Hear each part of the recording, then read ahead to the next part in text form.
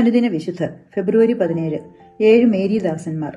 1888 Leo 13 മാർപ്പാപ്പ order of servants of Mary അഥവാ സെർവൈറ്റ് സഭ സ്ഥാപിച്ച ബോൺഫിലിയൂസ്, ബോണായുന്ത, മനേത്തൂസ്, അമീദിയൂസ്, നൊസ്തീനെ, ഹ്യൂഗോ, അലക്സിസ് എന്നീ 7 പേരെ ഒരുമിച്ച് വിശുദ്ധരായി പ്രഖ്യാപിച്ചു.